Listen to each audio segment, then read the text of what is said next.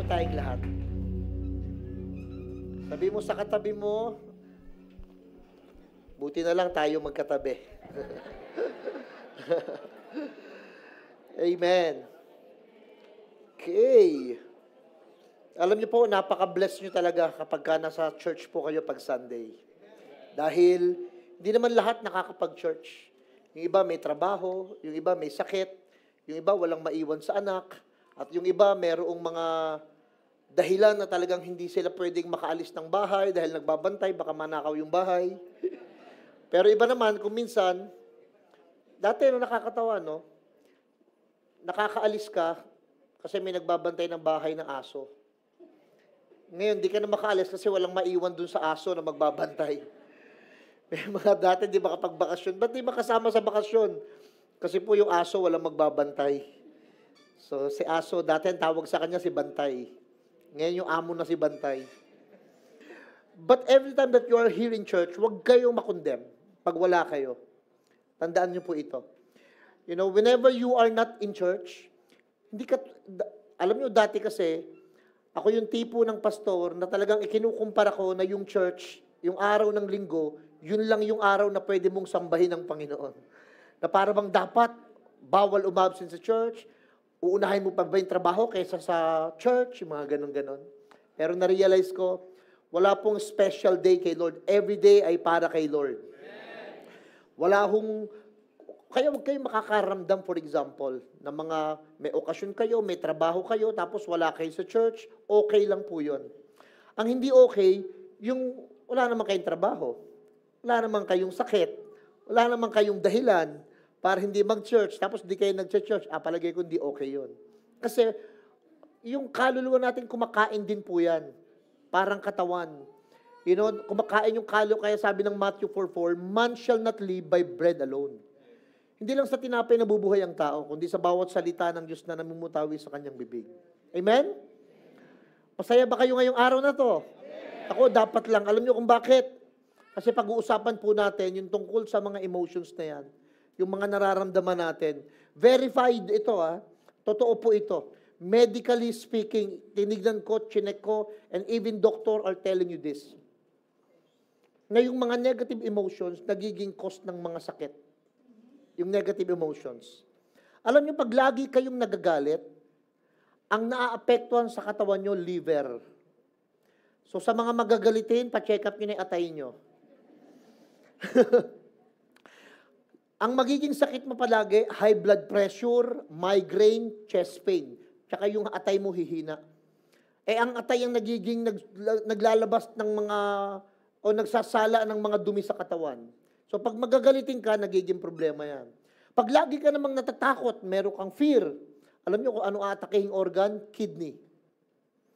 Kidney. Kaya laging ninenervyos, kadalasan meron niyang back pain. Meron niyang fatigue. Meron niyang frequent urination. Yung ihi ka ng ihi. Kasi nga nagkakaproblema ka na sa kidney. Paano? Lagi kang natatakot. O, sabi mo sa katabi mo, huwag kang matakot. Alam niyo yung laging nagwo-worry. Yung alala ng alala sa pera, sa asawa, sa anak, sa bahay, lagi nagwo-worry, ang magiging sakit niya sa stomach. Stomach at saka sa gut. Acid reflux, ulcer, IBS, at kung ano-ano pa. Hindi nyo napansin, pag nagwo-worry kayo, sumasakit siya nyo. Parang, may sabi nilang butterfly, in the stomach. Nagwo-worry ka, nagkakaroon ka ng problema. Pag lagi kang malungkot, lagi kang may sama ng loob. Tapos ang lungkot-lungkot mo. Alam mo kung ano nagkakaproblema sa'yo? Lungs. Baga. Yung iyong chest heaviness, breathing issues, minsan nahihirapan kang huminga dahil dyan. Pagka naman overfatigue ka sa trabaho, burnout ka, lagi kang pagod, hindi naman sa physical, pero spiritual or emotional, overwhelmed ka lagi, ang aatakein sa'yo, literal yung puso mo. Kaya nagkakaroon tayo ng mga palpitations, hypertensions. Tapos, akala ko walang problema yung halimbawa, yung lagi kang mahiyain. Yun ang problema mo, self-worth. Ang problema mo, yung shame. Pag lagi kang nahihiya, ayaw mong makipag-usap, ayaw mong yung timid na timid ka, ayaw mong makipag-socialize, Ang nagkakaproblema pala sa atin, hormones. Sa part ng brain mo, kaya nagkakaroon tayo ng thyroid issues at saka mga skin problem. So sa mga sobrang mahiyain, nagkakaroon ng skin problem. Mga kati-kati. Sabi mo sa katabi mo, wala kang hiya. Huwag niyo mabibilisan, walang hiya ka. Huwag ganun. Wala kang hiya. Sabay-sabay tayo. Ready, go. O, pag nai-stress kayo, alam nyo, pag nai-stress, ang dami mong iniisip. Ano kakainin, bagay, minsan mahirap pati. Yung walang makain, problema na no? Alam mo, ibang problema rin yung hindi alam kung ano kakainin. Yung araw-araw, ano ba ulamin natin, problema ka, samantala iba, walang makain, ikaw, yung kakainin ng problema mo, hindi mo alam kung ano gusto mo. Pag Sunday dito, after ng gabi, service na, nagtatanungan, o saan tayo kakain? Oo nga, hindi ko alam, saan, ang dami. Hindi nyo na alam, halos lahat ng kainan kasi, nakainan nyo na Pero pag lagi kang stress, yung whole body mo, magkakaroon ka ng weak immunity system, body pain, insomnia. Lahat yung pinagsasasabi ni Pastor, negative emotions. Kaya you need to be aware of it.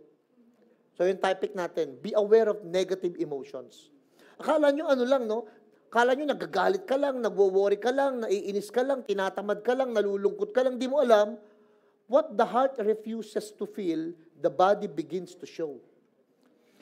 Kung ano yung tinatanggihan ng dapat, kaya ang katawan natin talagang created yan for blissful, for happiness, for joyful, for resting, for receiving. Ang body mo, dun talaga siya nakadesign. Nakadesign ka para sumaya. Bakit? When the soul is wounded, body is whispering. Pag sugatan ng kaluluwa nyo, bumubulong yung katawan mo. May sinasabi siya. Kaya kailangan maging sensitive din tayo, hindi sa mga sakit ng tiyan, kundi sakit ng kalooban. Baka akala nyo yung kasisigaw, kasisermon, kakapahiya ninyo sa mga anak nyo o sa asawa nyo, walang effect sa katawan nila. Malaki effect nun. Kaya very important, kung ano yung sinasabi din natin sa ibang tao. Tignan niyo itong verse na ito, Ephesians 4:26-27. Sabi niya, in your anger, do not sin. So hindi bang masama bang magalit? Hindi po, kaya lang, pag nagagalit tayo, huwag tayong magkakasala. Tapos, huwag niyong papaabutin, naggabi na, galit ka pa rin. Hanggat maaari, alam niyo bago matulog, do not let the sun go down while you are still angry.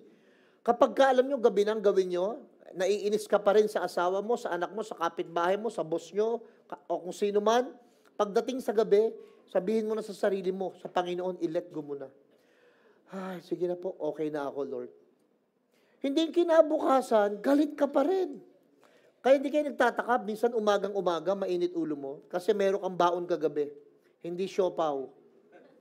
Hindi pansit, galit. Yung baon mo, uwi-uwi mo. Negative emotions, signal, hindi sin. Ulitin ko po. Ang negative emotions natin, signal yan. May sinasabi siya, pero hindi yan sin. Hindi yan mali. Hindi yan kasalanan. Talagang binigyan po kayo ng Panginoon ng Diyos ng pakiramdam. Pakiramdam na makadama. Makadama pag masaya, makadama pag nasasaktan. Makadama kayo ng lahat ng bagay na yan. Okay lang yon. Yung disgusting, yung fear, yung happiness, yung joy, lahat yan, it's okay. Pero, kailangan maging aware ka. Tumatagal na ba?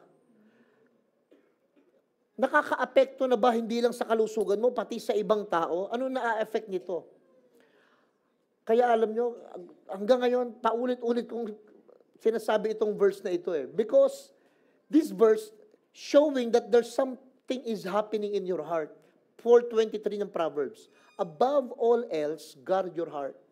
Sa lahat daw ng babantayan, bukod sa paninda, bukod sa anak, bukod sa pagkinakain ninyo, bukod sa bahay ninyo, bukod sa mga sasakyan ninyo na binabantayan natin, ang dapat daw talagang binabantayan, puso, kalooban. Amen? Bakit po? Kasi nga, pag there's something happening in your heart, something will happening in the house. Something happening in your heart, something happening in your spouse, something happening sa puso mo, may nangyayari sa anak mo. Hindi nyo napapansin, minsan nadadamay yung anak nyo sa galit nyo sa asawa nyo? Hindi nyo napapansin kung minsan, nadadamay nyo ibang tao dahil lang sa inis mo, sa galit mo, sa sarili mo? Nadadamay na sila. Minsan nga, lalapit sa yung bata, tuwang-tuwa, ang saya-saya niya, biglang matatabig mo eh. Doon ka, mainit ulo ko.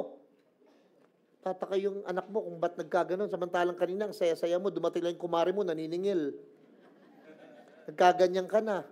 Nagbabago lahat minsan eh. And then, di natin napapansin. Yung mga tao na dadamay sa paligid natin. Emotions are great indicators, but terrible leaders. Kaya huwag yung sundin palagi yan. Anong maganda sa emosyon? Indikasyon. Parang may sinasabi siya, too much ka na. Huwag ka nang dumiretso dyan. Huwag mo nang sabihin yan. Huwag mo nang gastusin yan. Huwag mo nang puntahan yan. Yung emotions mo ang magsasabi, indicator yon. Alam niyo ba, indicator yun na nagsasabi sa'yo na too much ka na, na sobra ka na? Emotion yung nagsasabi sa atin na may kulang sa atin. Anong gagawin namin sa emotion, Pastor? Feel it. You can feel it, but doesn't mean you will follow it. Sabay-sabay. Sabihin nyo nga po, feel na feel ko. Galon nyo naman yung balikat nyo, feel na feel ko. Pero don't follow it. You feel it, but don't follow. Hindi ibig sabihin na arouse ka, gagawin mo. Hindi ibig sabihin na gutom ka, gagawin mo, kakainin mo. Hindi ibig sabihin may nag-iisip ka na napifeel mo, susundin mo. Kaya alam nyo, mag-isip kayo kung ano yung mga biblical talaga. Halimbawa, sinabi, follow your heart. Walang sinabi si Jesus na follow your heart, ha? Actually, be careful of your heart because your heart is deceitful. Wala ding sinabi si Jesus na believe in yourself. Meron believe in me, pero not believe in yourself. Kaya maging careful tayo sa mga bagay na nararamdaman. Halimbawa, pag nakita natin, naramdaman ko kasi. Kaya ano sabi ni Donna, chapter 2, verse 3, kapag tumibok ang puso, kantahin nyo, kapag tumibok ang... Ano sunod?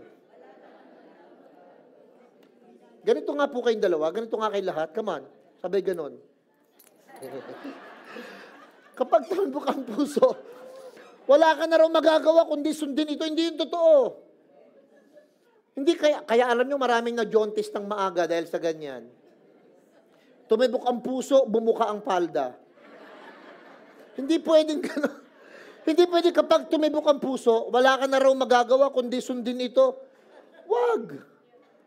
Wag. Lalo yung mga lalaki, minsan nga, pati sarili nga niya, hindi niya maalagaan, magpapaalaga ka pa, dinadamay ka pa sa kanya. So, hindi dahil tumibok, susundin. Amen o amen? Totoo ba yung mga nararamdaman namin, Pastor? Siyempre. Di natin ididina yan. Tandaan nyo ito, emotions are real, but not always right. Totoo yung emosyon, pero hindi palaging tama. Pagka kayo nagtampo, wag naman kayong maglayas. Pagka kayo nagalit, wag naman kayong manumpa. Pagka kayo naiirita, wag naman kayong manakit. Kasi hindi ibig sabihin na inis ka, mananakit ka na. Taas sa kamay ng di na naiinis. Nakakainis ka pag di ka naiinis. Kasi lahat tayo naiinis. Amen. Lahat tayo. Pero you know what? Here's the key. Awareness is the first step to freedom. Ano na importante muna? Awareness. Kailangan maging aware ka sa nararamdaman mo. Anong gagawin mo? Pwede ba mamaya na tayo mag-usap? I-communicate mo. Mamaya na tayo mag-usap. Naiinis pa ako sa'yo. Para yung kausap mo, aware din na baka kung ano lang yung masabi mo. Pwede ba? Allow me to think. Iko-compose ko lang yung mga sasabihin ko. Mag-iisipan ko lang yung iniisip ko ngayon kasi kung bababasa mo yung iniisip ko, gusto kitang tirahin ng laser gun sa muka. Kaya wag mo munang payagang sabihin ko. Ano yun? Awareness. Sabihin nyo nga po, awareness. Unang step yan to freedom. Tingnan mo muna, pag ito ginawa ko, ano mangyayari? Tapos maging aware ka, ba't nararamdaman ko to? Ba't naiinis ako, naiirita ako? O ba't natutuwa ako? Ba't kinikilig ako? Baka mamaya ba sa inyo kinikilig, chinat, o naiihi ka lang? Huwag kagad kayo reply ng I love you to, baka wrong send yon. Kaya lang, dahil kinilig ka na minsan, di ka aware sa nararamdaman mo, binigay mo na lahat agad. Nagtiwal. Alam nyo ba't maraming nai-scam? Masyadong kinilig sa kikitain. Yung bang too good to be true, ang laki ng kita eh. Easy money, kinilig. hindi naging aware na yung nararamdaman niya ang magpapahiya sa kanya sa dulo. Yung iba, nahiyang tumanggi, pero hindi nahiya sa dulo. Awareness. Sabihin mo sa katabi mo, maging aware ka. Ang emotion pala, minamanage? Yes. Ibig sabihin, unmanaged emotions open the doors to the enemy. Pag ang nararamdaman mo, hindi mo na-manage, magbubukas siya ng pinto kung kani-kanino. Mga kaaway mo sa buhay, hindi lang sa demonyo. Pagka naging unaware ka, hindi mo na-manage yung nararamdaman mo. Mapapasigaw ka talaga mapapamura ka talaga makakabuntal ka talaga, makakasampal ka sa bunot. Makakabasag ka ng TV, hindi pa tapos hulugan. Makakagawa ka ng kung ano-ano pagka yung emotions mo, hindi mo na-manage. Tingnan niyo itong 4:27, basahin ko uli, ng Ephesians. Do not give the devil a foothold. Huwag daw natin bigyan yung kaaway ng kahit yung konti lang na step, konting lugar lang sa buhay niya, kasi pag binigay mo yung daliri mo sa kanya, kukunin niya yung buo mong kamay. So if we don't deal with feelings, alam niyo kung ano mangyayari? They become attitudes. At yung attitudes will become action. Hala, yung nagawa ko pala galing sa aking naramdaman, yes. So ano gagawin bago mo magawa? Deal your feelings. Because if you don't deal your feelings, magiging attitude yan. Yung iba pa naman, talagang may attitude na. Yung kanyang attitude, grabe. Pero alam nyo, kung ano yung attitude niya na yun, galing yun sa nararamdaman niya Baka meron siyang insecurities, kaya minsan akala mo yung tao na yun, ayaw na ayaw siyang masasabihan, kasi nga insecure yung nararamdaman niya. May mga tao masyadong doubtful, kaya laging TH. Ano yung TH? Tamang hinala. Palagi dahil duda, yun yung nararamdaman niya So pag hindi mo dinil yung feelings mo, yun ang magiging ugali mo, at yung ugali mo, yun ang gagawin mo. Kaya sa mga bagay na ginagawa, alam nyo kung ano i-deal nyo muna, yung nararamdaman nyo. Not every feeling deserves a reactions. Hindi dahil naramdaman mo, i-react mo. Minsan, alam nyo, you have to fake it, na parang hindi mo nararamdaman. Minsan, inis na inis ka na, smile as if nothing happens. Ngiti ka nga sa katabi mo, yung parang hindi mo siya gustong sabunutan. Ngiti ka lang. Alam mo, pag nakangiti ka, nape-fake mo yun, unti-unti nawawala yung nararamdaman mo. So, minsan, kailangan yon. Minsan, you have to fake it till you make it. Pekiin mo minsan nararamdaman, kunwari, okay ka lang. Okay lang ako. Diyan naman kayo magaling minsan, di ba? Kumain ka na, oo, busog na nga ako, pero yung mo kumukulo. Dahil nahihiya ka lang. Pero kung minsan, lahat ng feelings natin, hindi kailangan yan pinapakita. Yung iba, wala ka, basta totoo, ito nararamdaman ko, pangit ka. Huwag mapapaaway ka lagi sa ganon.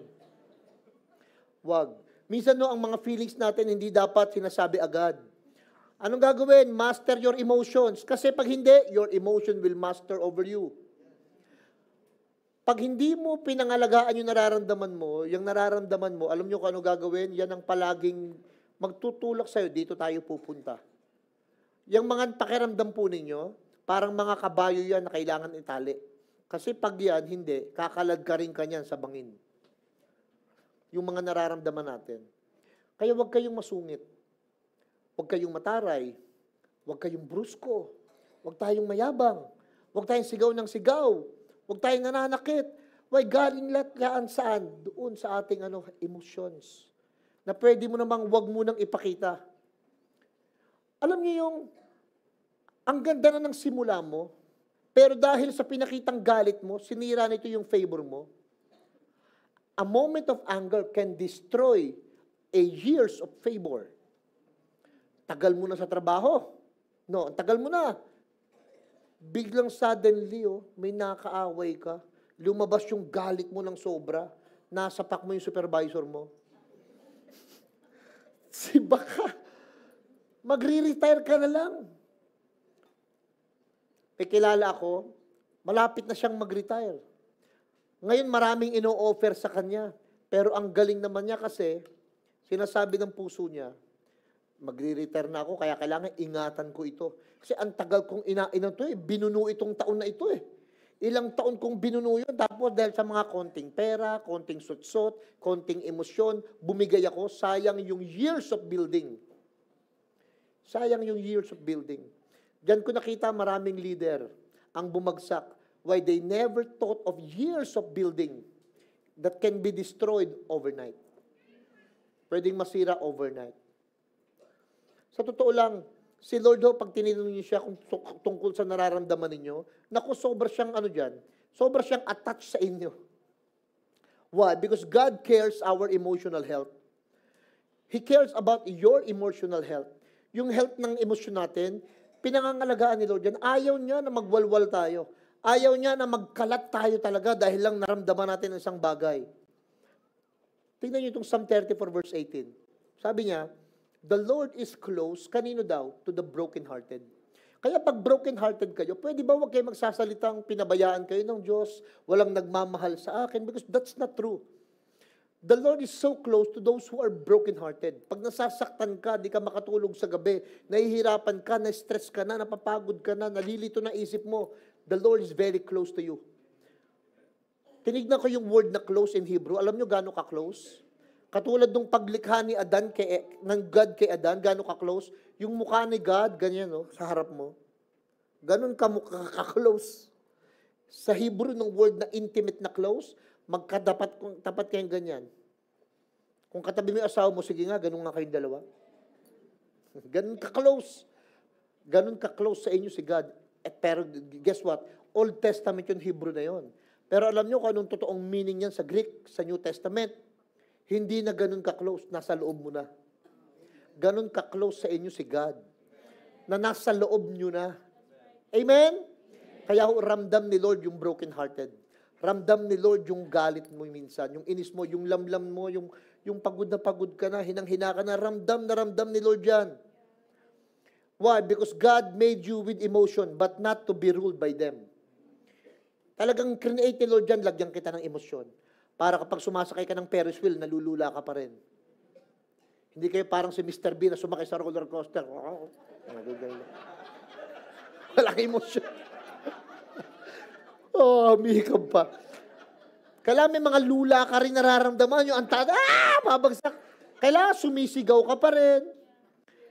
Yung iba sa inyo, alam nyo, masyado ng manhid. Ginagapangan ng daga sa mukha, walang pakialam. Naghikab, pumasok ng ipis, lumabas na, walang pakialam. Yung iba sa inyo, alam nyo, napaka-insensitive. Nagagalit na yung asawa nyo, hindi nyo pa alam. Tatanungin nyo ba, galit ka ba? Hindi! Napaka-insensitive. Hindi magets. Hindi na nga kumikibo ng ilang araw. Tinatanong mo pa kung galit. Pag natutulog, tinatalikuran ka na nga. Hindi, tinatanong mo pa kung galit. Insensitive. Sabi mo sa katabi mo, hindi ikaw yon. Alam nyo kailan nangyayari yung healing sa emotions? Healing happens when honesty started. It begins when honesty happens. Doon nangyayari yung healing. Gagaling ka pag naging honest ka sa sarili mo. Alam nyo, kailan mahirap magpatawad? Kapag hindi mo tinatanggap na talagang nahihirapan ka na. Pero pag tinanggap mo, nahihirapan na ako sa ganitong sitwasyon, kailangan ko na lang patawarin siya kaysa ganito. Then do it. Why? Because that is where healing begin. Pagka naging honest ka sa sarili mo na ayoko na, ako rin yung nahihirapan eh. Siya nandun sa Boracay, nagsuswimming. Ako dito, nagmumukmok. Alam niyo, pag nagagalit ka sa ibang tao, para kang bumibili ng lason, siya gusto mong lasunin, pero ikaw umiinom. Ganon yung galit mo eh, ganon yung tampo mo, ganon yung inis mo eh. Why? It doesn't help you at all. Hindi ka natutulungan, hindi mo na siya natutulungan. Sino natutulungan? Wala. Pare-pares lang tayo nahihirapan. O sabay-sabay tayo. Sabihin nyo nga po, hindi na ako magagalit. Palagi. Kasi pag sinabi naman di kayo magagalit, di naman pwede yun. Anong gagawin sa feeling? Feel it, but don't feed it. Feel your feelings, but don't feed them. Pag nararamdaman nyo na yan, okay lang po yan. Sabihin nyo sa sarili nyo, alam mo, medyo naiinis ako Sabihin nyo yan, nagtatampo ako. Pag may mga anak kayo, taas ngayon may mga anak po. Huwag lang mga nagpapanggap na kunwari binata pa dyan. Huwag na. Yan. Kung may mga anak na kayo, alam niyo may sabihin ako sa inyo. Sabihin nyo pag nagtatampo kayo sa anak nyo. Sabihin nyo. Halimbawa, di ba, inuutosan mo magugas ng pinggan. Nakailang utos ka na, ayaw gawin, tapos ikaw naman, gagawin mo, ikaw na lang maghuhugas ng pinggan. Pero habang hinuhugasan mo, talagang mga batang, ganun ka ng ganun. Nguy-nguy ka ng nguy-nguy habang hinuhugasan mo. Wag na.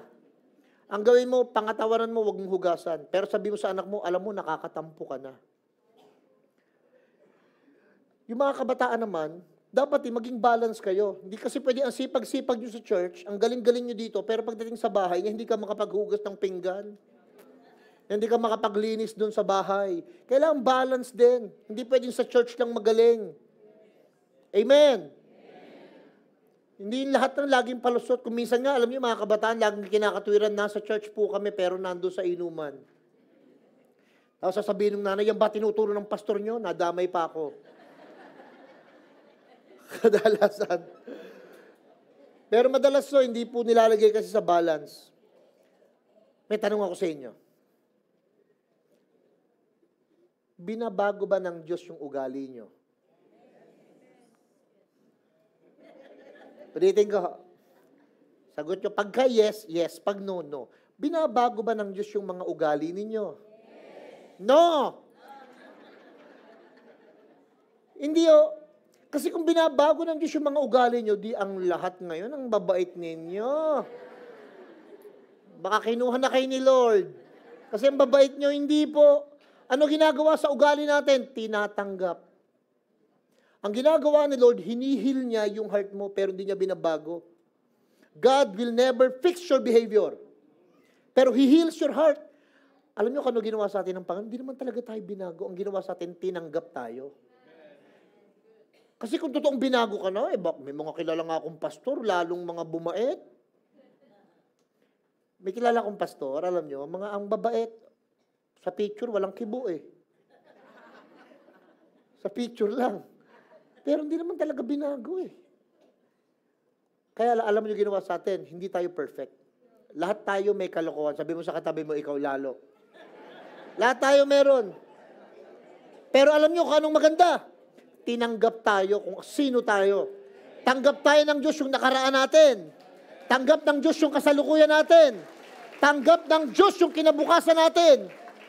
Hindi ka pa nagbabago, ang tawag sa iyo ni Lord, glory. Pastor, Gloria po ang pangalan ko, hindi Glory. Hindi ka pa nagbabago, ang tawag na sa iyo, ang tingin na sa iyo ng Panginoon, maluwalhati ka bilang tao na kanyang nilikha. Ang nangyayari sa atin, from glory to glory. We are being transformed from glory to glory. Dung dating hindi ka, makasalanan ka pa, mahal ka na niya, glorious ng tingin niya sa iyo, kaya nga, binili ka ng dugo eh.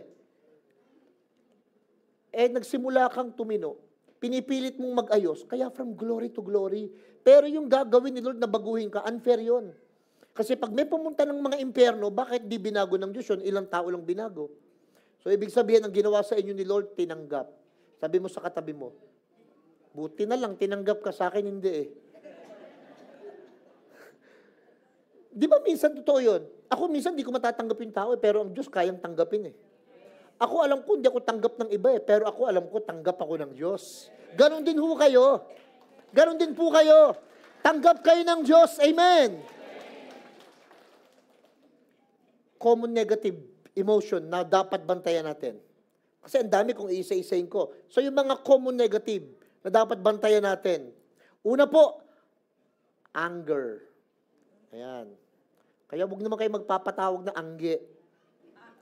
Kasi parang magagalitin ka niyan eh. Anger. James chapter 1 verse 19 to 20. Human anger, sabi niya, understand this my brothers and sisters. You must all be quick to listen, slow to speak, and slow to get angry. Verse 20. Human anger does not produce the righteousness God desires. Alam niyo kung anong nangyayari sa anger? Pagka hindi mo siya na-deal, magiging bitterness.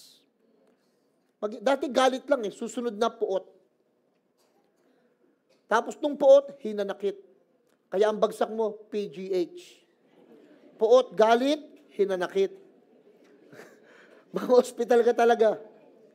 May nakakatawa, nagsalita itong si Ambrose Bierce. Sabi niya, magsalita daw kayo, speak when you're angry, and you will make the best speech you will ever regret. Alam niyo, magandang gawin. Pagkagalit na po kayo, dun kayo magsalita. Makita mo, pagsisisihan mo talaga. Ba't nagsalita ka pa noong mga araw na yon? O pag galit kayo, shut up muna, ha? Pag galit po kayo hanggat maaari, wag muna kayo magsalita. Pwede ho ba, wag muna kayo mag-reply pagkagalit kayo? Pag may nakita kayong post sa Facebook, wag muna kayo mag-comment pag galit kayo. Pagkagalit kayo, hanggat maaari, wag mo nang buksan yung Facebook mo. Baka pati nunal ng kapitbahay malagay mo ron. Wag ho kayo magsalita pag galit kayo. Just shut up. Bakit? Para yung apoy. Uncontrolled anger is like fire. Good when contained, destructive when unleashed. Yung apoy, maganda pag nakakaluto yan eh. Pero pagka, hindi yan controlled, sunog ang bahay. Yung anger, pag yan ang nagmaneho, mawawala yung karunungan mo sa pagmamaneho. Taas po ang kamay dito ng nagdadrive, motor, kotse, kariton, ano pa. Yung mga nagdadrive, taas ang kamay ng mga nagdadrive. Kahit anong drive, kahit anong dinadrive nyo, wag lang elevator. Pagka yung mga asawa nyo, nagdadrive, tapos galit kayo, may suggestion ako. Mamaya mo na awayin pag di na nagdadrive. Kasi pagka huyan, nagdadrive, tapos ikaw naman, salita ka ng salita, tingnan mo ngayon, ang tanga-tanga mo. Habang nagdadrive yan, nako. Pagka yan nakitang may truck na babangga, ililiko niya para ikaw ang tamaan. Gagalit siya, di ba? Dadrive ka, uliliko niya rito, bang! Mababalita, driver, nakaligtas, pasahero, durug ang muka. Wag ho. Nawawala yung wisdom pagka ganun ang nangyayari. Why? Kasi nga yung anger nagiging bitterness. O pangalawa, fear. Sabihin nyo nga po, fear. Huwag kang matakot. Alam nyo kung bakit? Fear replaces faith, paralyze your purpose. Pag natakot na kayo, pinaparalyze niya na yung gusto mong gawin. Kaya 2 Timothy 1:7, the Spirit of God has not given us the spirit of fear, but love, power, and self-discipline, or sound mind sa isang translation. Alam niyo, madalas ginagawa ng fear, sumisigaw. Ang ginagawa ng faith, bumubulong. Kadalasan, yung faith ang bubulong. Kaya mo yan. Huwag kang matakot. Di tayo malulugi. Bulong lang yun. Pero yung fear, sumisigaw. Kaya pag ang fear ang sumisigaw, kadalasan, ang hirap marinig ng faith. Pero pagka binaliwala mo yung sigaw na yun, you will hear the whisper na sinasabi sa atin. Alam niyo, ginagawa ng fear, ina-exaggerates niya. Ang faith, ini-illuminate niya. Pinalilinaw niya lalo ng pananampalataya. So, ibig sabihin, pag kinakatok ka ng takot, bayaan mong pananampalataya ang magbukas. Pag natatakot na kayo, hayaan mo hindi. By faith, I will be fine. By faith, we will be okay. By faith, I'm gonna be healed. By faith, magkakabalikan kami. By faith, magaganda itong takbo ng negosyo. Amen? Pag natatakot ka na, baka malugi, baka lalo may bagyo, baka manakawan, baka malumala, baka madisgrasya. Maraming takot sa inyo, alam nyo kano, mga storya yan na pinaniwalaan natin sa isip natin. So don't believe every scary story that mind is telling you. Alam nyo, minsan mag-a-apply ka pa lang, sinasabi na ng isip mo, paano pag di ka natanggap? Nag-a-apply ka pa lang, sinasabi na ng isip mo yon, huwag mong paniwalaan. Ang paniwalaan mo, paano kung natanggap ako? Ang paniniwalaan mo palagi yung positive side. Amen? Pag natatakot kayo, maganda yun man. Maganda. Anong maganda ron? Pinapakita lang nito na kailangan mo ang Diyos. That is where you need God the most. Pag nandun ka sa gitna ng takot. Pangatlo, na emosyon, envy. Sabi mo nga sa katabi mo, inggit. Yung envy, inggit. Alam nyo kung ano inaalis niya? Gratitude. Bago kanya wasakin, inalis niya muna sa iyo yung pagpapasalamat. Ang nilalagay ng envy sa atin, it actually steal your great attitude. Tapos nilalagyan kanya ng inggit para yung joy mo ma-destroy. Alam nyo, may napatunayan ngayon, ha? Alam nyo yung may mga problema sa buto? Nagkaroon ng studies ngayon na yung mga taong nagkaroon ng mga bone cancer, isang common attitude na meron sila, alam nyo kung ano? Mainggitin. Totoo, mainggitin. Kaya pala sinabi na sa Bible, tingnan nyo, ha? Proverbs 14:30, nakalagay, a heart at peace gives life to the body, but envy rots the bone. Grabe, no? Yun daw, lagi kang at peace. Yung heart mo, pag lagi at peace, binibigyan ka ng kalusugan sa physical body. Pero pag lagi kang naiinggit, natutuyo ang buto. Pag natuyo ang buto, magkakaroon ng mga bone marrow transplant. Nako, sa St. Luke lang ginagawa yun, walang ospital. Nagpe-perform sila ng bone marrow transplant. Napakamahal nun. Kung hindi nyo afford yung 8 million na process para sa bone marrow transplant, huwag na lang tayong mainggit. Ang mahal eh. Pag lumalago yung church ng iba, palakpak. Pag nauubos ang church ng iba, lumungkot. Yung iba, pag lumalago yung church, anong sasabihin? Kaya alam naman lumalago yan, paano may bigas? Alam nyo, kung ikaw hindi nainggit, baka meron ka pang sardinas, hindi lang bigas. Pag may mga kilala kayong taong nakakakuha ng motor, sabay lang kayo, dati magkababata kayo, tapos siya, nakabili na siya ng motor ha. Ikaw, bisikleta. Siya, motor, huwag kang maiinggit. Huwag kang magsasalita ng may motor nga, pero China. Huwag kang magagaganon. Well, alam mo, hindi ka mabibless. Sabi mo sa katabi mo, bawal mainggit. Why? Comparison kills contentment. Pag nagkukumpara ka, pinapatay nito yung pagiging kontento mo. Minsan matutulog ka sa gabi, titignan mo yung anak mo. Ba't yung anak ko, hindi katulad ng anak ni Mare? Wag na wag mong gagawin yon. Wag na wag mong gagawin. Why? Envy makes you count someone else's blessing instead of your own. Baka hindi nyo nakita, minsan alam nyo, nakikita nyo yung saya ng iba, pero hindi nyo nakita yung tinatagong hurt niya. Pag naiinggit tayo sa nangyayari sa iba, naaapektuhan tayo nawawala sa atin yung contentment Hindi mo na mabilang yung magagandang blessing na nasa iyo. Wala kang trabaho, wala ka namang sakit. Hindi mo nakikita lahat ng blessing, hindi mo nakakount. Kasi ang nakakount mo yung blessing ng iba. If you cannot celebrate with others, you cannot elevate yourself. Alam nyo, maging masaya kayo sa iba, tataas ka. Pag may nakita kayong magaling kumanta, pumalakpak. Kasi pag nainggit ka, hindi naman mapupunta yung boses niya sa iyo Diba, ang ganda niyang kumanta. Tapos nainggit ka, tapos bigla mo, Silvia de la Torre siya. Ikaw, kala mo Silvia de la Torre ka din. Hindi yung mangyayari yun. Ang magandang gawin, pag magandang siyang kumanta, pumalakpak, batiin, sabihin sa kanya, ganda ng boses mo. Ganda ng boses. Pag may mas magaling sa inyo, purihin nyo. Alam nyo, may turo sa amin si Pastor Paul Chase. Sabi niya, if you are envy with someone, send an offering. Alam ba, may isang tao, nakita mo, lumalago negosyo niya, parang naiinggit ka sa puso, magpadala ka ng pera. Lalo kang magtanim sa kanya.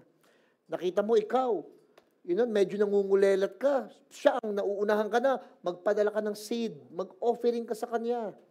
Mawawala yung inggit mo, mabe-bless ka pa. Amen!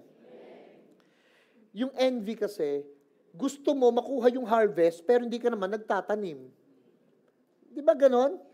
Minsan nagtataka tayo dun sa iba, pero hindi mo naman nakita na ang tindi ng pinagdaanan nila.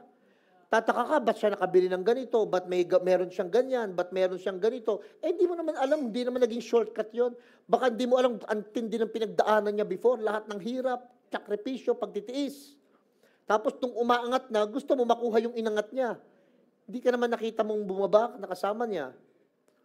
Magnanakaw yung envy Ng ano? Ng kagalakan. Pag nagko-compare tayo sa iba, pati destiny mo nadi-destroy. Pang-apat, worry. Worry. Sabi mo sa katabi mo, huwag kang mag-worry. Yung iba sa inyo, alala ng alala Nagwo-worry lagi. Bakit? Worry drains your strength, steal your focus. Pag nagwo-worry tayo, nawawala yung lakas natin. Pansin nyo, after yung mag-worry, hinang-hina kayo. Yung iba, alam nyo, sa sobrang worry, nag-collapse. Yung iba, sa sobrang worry, nanginginig yung kalamnan. Kaya sabi ng Philippians chapter 4, verse 6 to 7, do not be worried or anxious about anything. In every situation, mag-pray ka na lang, tapos yung petition mo, nang may pasasalamat, i-present mo yung request mo kay God. Ano mangyayari? 7, yung peace ni God, na talagang lalampasan niya yung mga bagay na hindi mo halos maintindihan. Babantayan niya yung puso mo tsaka isip mo kay Kristo Jesus. Pag hindi kayo nag-worry. So instead na mag-worry, mag-pray. Magpasalamat na lang. Bakit? Alam niyo yung worry, para kang nagre-rehearse. Nagsasalita ka ng worst scenario na God never planned. Wala namang plinano si God na masira ang buhay mo, na mag-alala, matakot ka. Pero kada salita ka ng salita, para mo sinasabi yung bagay na hindi naman plinano ng Diyos.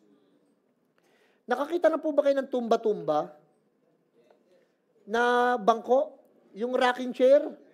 Alam nyo, ganun itsura nyo pagka nagwo-worry ka. Nakaupo ka lang, pero wala ka naman napupuntahan. Pero gumagalaw ka. O para mas maganda siguro, nakakita na po kayo ng daga na nasa loob ng wheel. Tumatakbo yung daga, hindi naman siya umaalis. Ganun tayo pag nagwo-worry. Wala namang pinupuntahan, hindi nakakatulong. So palitan natin yung worry na yan. Panlima, bitterness. Sama ng loob. Sabay-sabay tayo, sabihin nyo nga, sama ng loob. Alam nyo ba't masama ang mukha ng iba? Masama ang loob. Totoo, kahit ang gwapo-gwapo mo, pag masama ang loob mo, sama ng mukha mo. Sumisimangot ka, nag-grad yung mukha mo, naapektuhan tuloy. Meron mga tao, alam nyo, ang ganda-ganda, pero dahil lagi nakasimangot, nakakatakot. Pero maganda siya, pero nakakaanong kausapin?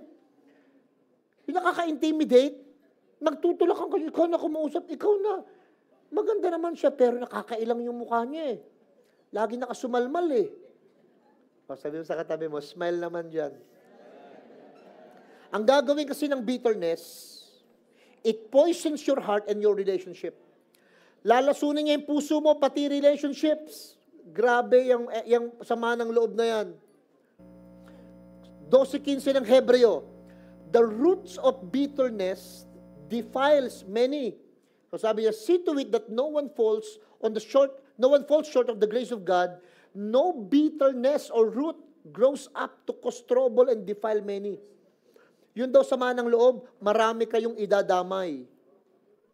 Umuwi yung tatay sa bahay, ang sama ng loob, napagalitan sa office. Sabi doon sa asawa, ano, naluto ba yung sabaw na pinapaano ko? Mainit ang ulo. Galit po yung nanay. Paano ko maluluto yung sabaw? Tingnan mo nga yung anak mong babae. Hindi pa nilalaban yung pinalalaban ko. Yung babae nagalit. Paano ko lalaban yan? Si kuya, basketball ng basketball. Ikaw maglaban ng pang-basketball mo. Alam mo, si kuya nagalit. Tinignan si bunso. Yung mga laruan kasi na yan, nakakalat. Si bunso, nakita yung aso, sinipa yung aso.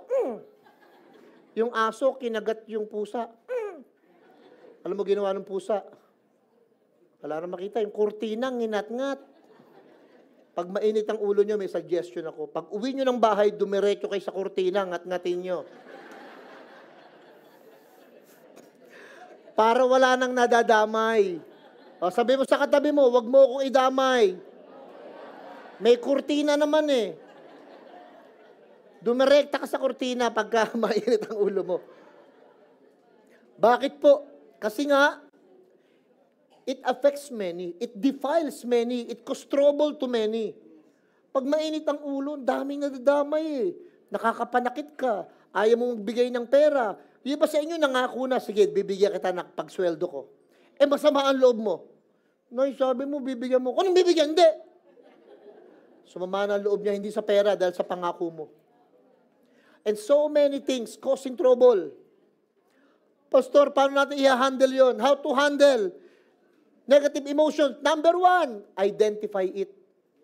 Kilalanin mo, ano ba yung nararamdaman mo ngayon?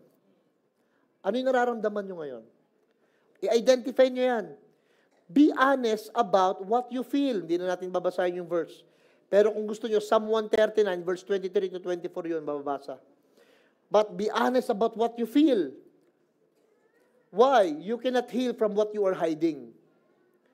Hindi nyo yan mahihil. Kaya kailangan ma-identify mo. Kilalanin nyo. Naiinis ba kayo? Sabi mo sa sarili mo, naiinis ako, alam ko yon. Nagagalit ako, masama ang loob ko, naiinggit ako, dapat alam nyo, identify nyo. Pangalawa, pangalanan nyo. Pangalanan nyo yung nararamdaman nyo. Alam nyo, problema sa marami, basta galit lang siya, pero hindi niya alam kung ano yung kinagagalit niya. Pag tinanong mo, ba't ka ba galit? Basta. Ba't ka ba naiinis? Ewan ko. Ba't ba hindi ka kumikibo? Wala. Ang hirap mong kausap. Paano nyo mapifix? Name it. Sabihin mo, ba't ka ba nagagalit? Ikaw kasi. Ano ginawa ko? Yung toothbrush ko, sinawsaw mo sa inodoro. At least, klaro na yung kinagagalit mo. Eh, hindi minsan din mo kasi kinaklaro eh. Ayaw mo pang sabihin eh. Ginagawa mo kaming simanang bola, yung pinapahula mo, hulaan ang sagot. Ayaw pang sabihin eh. Name it. Ask yourself, what are you feeling? What am I really feeling right now? And why? Bakit? Tandaan niyo po ito. Maybe you are not responsible for what you feel, but you are responsible for what you will do from what you feel. Maaari pong di nyo kasalanan na naramdaman nyo yung nararamdaman nyo ngayon. Kaya hindi natin yan i-invalidate. Pero may responsable kayo kung ano yung gagawin nyo sa nararamdaman ninyo ngayon. Amen? Kikimkimin mo ba ng matagal yan o hindi? Pangatlong gagawin natin, bring it to God.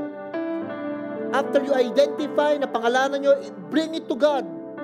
Bigay natin sa Panginoon, Lord, di ko na po kaya itong galit, inis na to, inggit na ito, pero I'm bringing it all back to you. Ikaw na po ang bahala, Panginoon. Naiinis ako, natatakot ako, masama ang loob ko, naiinggit ako, pero I'll give it all back to you, Lord. And then, replace it with truth. Palitan mo, yes, naiinggit ako, pero hindi ito tama. Why? Dapat nagse-celebrate ako sa nangyayari sa iba. Nanghihina ako, napapagod ako, pero hindi ito tama. Kailangan kong lumakas, kailangan kong tumayo. So replace it with truth. And finally, number 5, surrender it daily. Araw-araw po kayong sumuko. Araw-araw tayong sumuko sa Panginoon.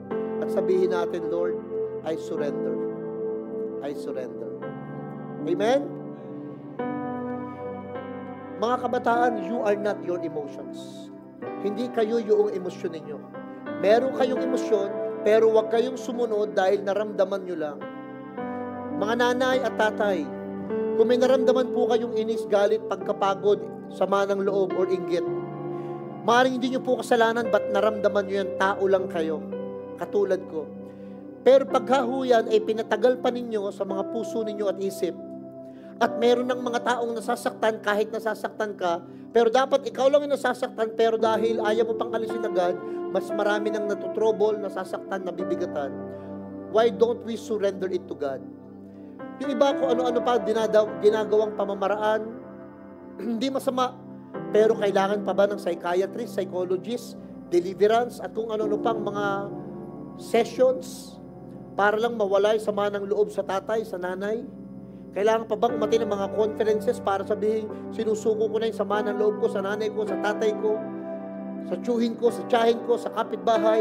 Minsan di kailangan ng mga ganun eh. Minsan kailangan lang isang strong firm decision sa heart that God loves us this much. Na kung sa sama at sa sama ng loob lang pag-uusapan, mas matindi ang God. Mas matindi ang Diyos. Pero pinayagan niya po tayo na maranasan yon dahil may pangako naman siya. Alam niya yung nararamdaman natin. Pero kung may isang bagay na magpapawala ng trouble na yun, hindi si God, tayo. Let not your heart be troubled. Tayo yun, hindi si God. Amen?